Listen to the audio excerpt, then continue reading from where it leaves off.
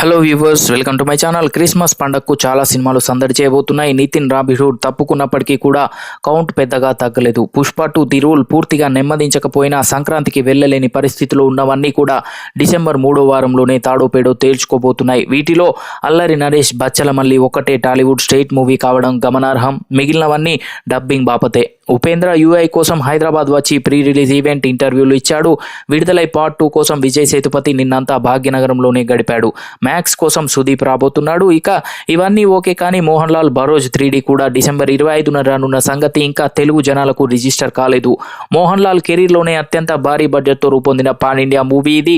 దర్శకత్వం కూడా ఆయనే చేశాడు.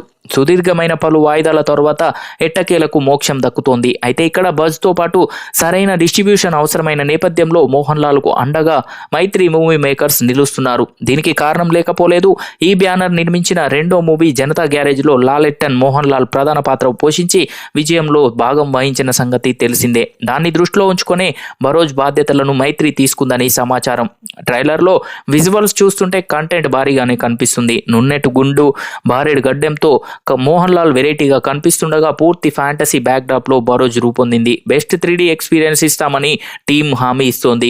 ఇక గుప్త నిధులు, మాయలు, మర్మాల చుట్టూ తిరిగే బరోజ్లో చైల్డ్ సెంటిమెంట్ కూడా ఉంది. 400 సంవత్సరాల క్రితం డిగామా దాచిపెట్టిన ట్రెజరీ సంరక్షకుడిగా మోహన్ లాల్ వైవిధ్యమైన పాత్ర చేశాడు. మరి ఇంత కాంపిటీషన్లో బరోజ్ ఎలాంటి ముద్ర వేస్తుందో చూడాలి. ప్రీమియర్లు వేసే ఆలోచన కూడా జరుగుతోంది.